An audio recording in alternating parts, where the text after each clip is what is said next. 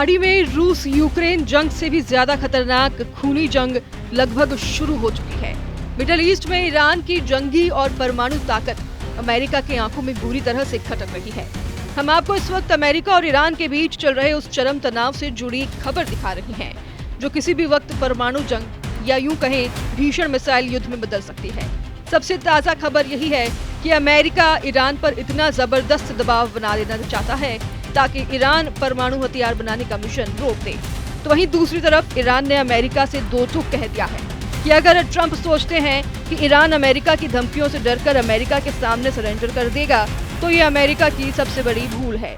वहीं Diego Garcia के नौसैनिक बेस पर अमेरिका के 6 B-2 बम वर्षक ईरान पर हमला करने का इंतजार कर रहे हैं, जबकि दूसरी तरफ अमेरिका और इजराइल दोनों के हमलों का सामना करने के लिए ईरान के सुप्रीम लीडर अली खामनेई ने ईरान की मिसाइल सिटी से हमला करने के आदेश जारी कर दिए हैं। ऐसे हालात में राष्ट्रपति ट्रंप के विशेष दूत स्टीव विटकॉफ और ईरान की विदेश मंत्री सईद अब्बास अरागची की 2.5 घंटे की मीटिंग में आखिर ऐसा क्या हुआ कि अमेरिका ईरान को धमकी दे रहा है। अगर ईरान ने अमेरिका के साथ समझौता नहीं किया तो ईरान का सर्वनाश हो जाएगा। 78 साल के अमेरिकी राष्ट्रपति डोनाल्ड ट्रंप जिस वक्त वॉशिंगटन डीसी में अपने टॉप मंत्रियों और अफसरों के साथ ईरान पर हमले का प्लान बना रहे थे, लगभग उसी वक्त 85 साल के Iran supreme leader Ali Khamenei ईरानी जनरलों और कमांडरों को साफ आदेश दे रहे हैं कि ईरान हर हाल में अमेरिका और इजराइल के हमलों का मुंह तोड़ जवाब देगा। आप अमेरिका और ईरान के बीच हुई परमाणु मीटिंग का इसी से अंदाजा लगा सकते हैं कि लगभग 150 मिनट की वार्ता में ईरान ने एक बार ये नहीं माना है कि वो अपना परमाणु कार्यक्रम बंद कर देगा।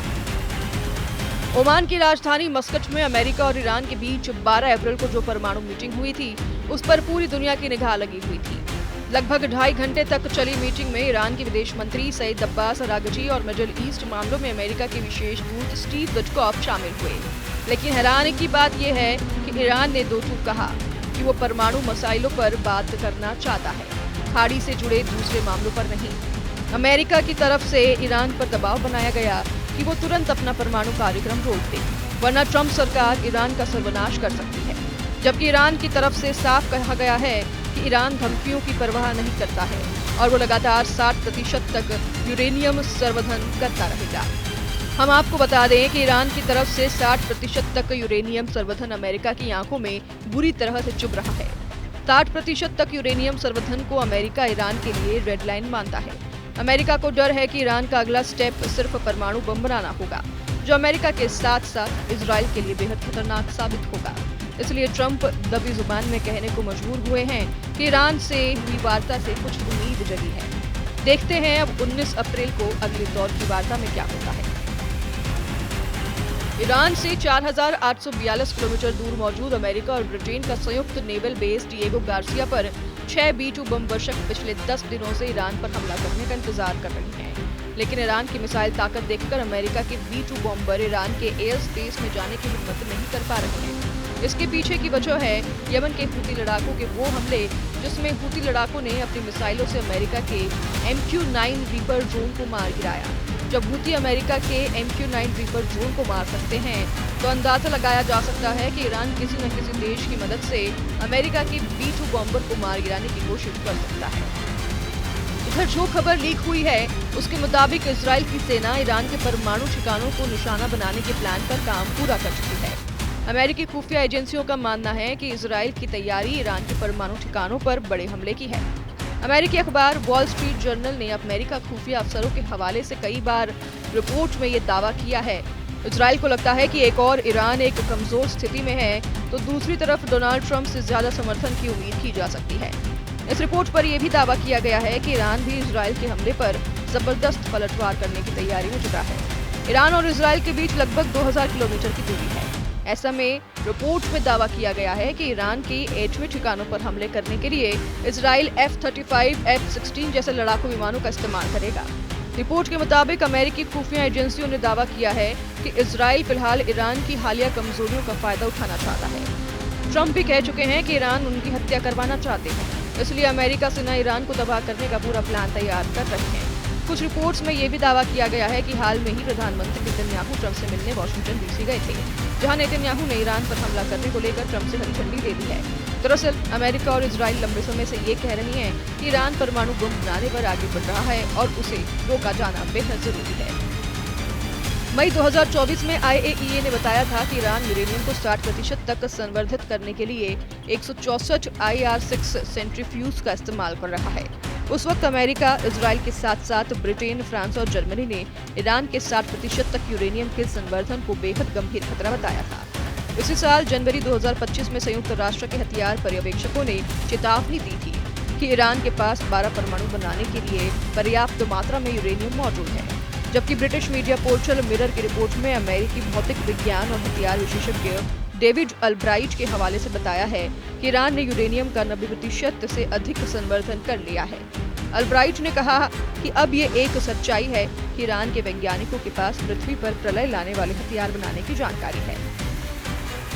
इधर ईरान के परमाणु हथियारों को लेकर जो दावे अब किए गए हैं वो हैरान करने वाले हैं और अगर मिडिल ईस्ट में सीधा युद्ध हुआ तो अमेरिका और इजराइल पर यह युद्ध बहुत भारी पड़ेगा। एक रिपोर्ट में दावा किया गया है कि ईरान हर महीने 5 परमाणु बम बना सकता है।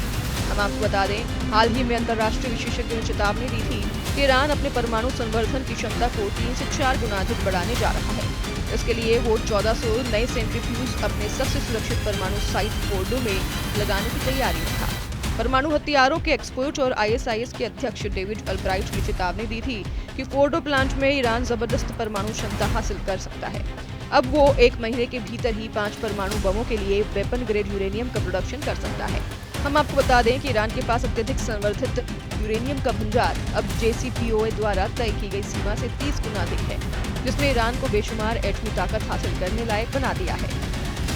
अगर इजराइल ने धोखे से भी ईरान के परमाणु ठिकानों पर हमला किया तो ये तय मानिए ईरान के सुप्रीम लीडर के आदेश पर ईरान के टॉप जनरल इजराइल पर सीधा हमला पलक झपकते ही कर देंगे। ईरान के बंकर में घातक मिसाइलों का ऐसा जखीरा मौजूद है जो इजराइल के विनाश करने के लिए काफी है। शायद यही वजह है कि अब इजराइल ईरान के परमाणु ठिकानों पर इसलिए हमला करने जा रहा है ताकि ईरान के परमाणु हमलों से बचा जा सके। जरा देखिए, खुफिया रिपोर्ट के आधार पर इजराइल ईरान के किन परमाणु ठिकानों पर हमला करने जा रहा है। इजराइल के अखबार टाइम्स ऑफ इजराइल के मुताबिक ईरान के फोर्डो और नटानज परमाणु ठिकानों पर इजराइल हमला करने जा रहा है। खबरों में दावा किया गया है कि इजराइल अपने लड़ाकू विमान F-35A और F-15EX को हमले में इस्तेमाल करने जा रहा है। 80 मीटर गहराई में मौजूद ईरान फोर्डो परमाणु ठिकानों पर 30,000 पाउंड बंकर बस्टर बन गिरने का प्लान है ताकि 80 मीटर गहराई में ईरान के फोर्डो परमाणु ठिकाने को तबाह किया जा सके। दावा किया जा रहा है कि 1200 किलोमीटर दूर मौजूद फोर्डो परमाणु ठिकाने को अगर इजराइल के F-35A और F-15EX लड़ाकू विमान तबाह कर देते हैं तो ईरान के लिए बहुत बड़ा नुकसान साबित होगा। इधर supreme leader Ayatollah Ali Khamenei ने ईरानी अखबार कहान में लेख लिखा है कि पिछली बार ऑपरेशन में ईरान ने इजराइल के सिर्फ कुछ ठिकानों को निशाना बनाया था, लेकिन अब इजराइल के अंदरूनी इलाकों जैसे कि तेल अवीव और हाइफा रणनीतिक केंद्रों पर हमला होगा। खामनेई ने यह भी लिखा है कि हानिया की हत्या में शामिल इजरायली अधिकारियों के घरों को निशाना बनाया जाएगा। इस बार का हमला बड़ा खतरनाक होगा, जिसे इंटरसेप्ट करना भी मुश्किल होगा।